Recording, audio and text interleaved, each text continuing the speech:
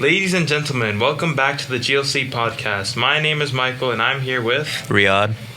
Continuing off of the previous Subnautica episode, we'll be talking about the second game in the series, a spin-off called Subnautica Below Zero. Alright, for those who don't know, what is Subnautica Below Zero? Below Zero is the second game in the series that takes place, I think, a few days or weeks after the event of the first game, and it takes place in the polar regions of the planet where the first game takes place in.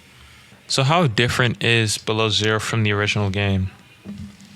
So Below Zero, there's actually a temperature meter where you have to check it in case you overfreeze or you overheat. And the thing about the game's climate is even though it takes place in the polar regions, it can still get pretty hot at times, especially underwater. That can be volcanic and molten rock. So what are the different creatures you could find in Below Zero? And what I'm more interested about are the Leviathan class creatures you could find.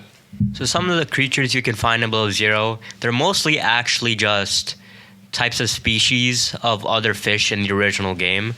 But some of the Leviathans in Sector Zero, which is the name of what that specific location the game takes place in, is the Glow Whale Leviathan, the Chelicerate Leviathan, the Shadow Leviathan, the Ice Worm Leviathan, and the Vent Garden Leviathan.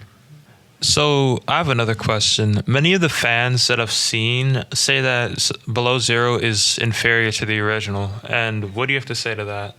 I can completely agree, because Below Zero, the main story mode, it's much more shorter and much less compelling than the original game's story mode.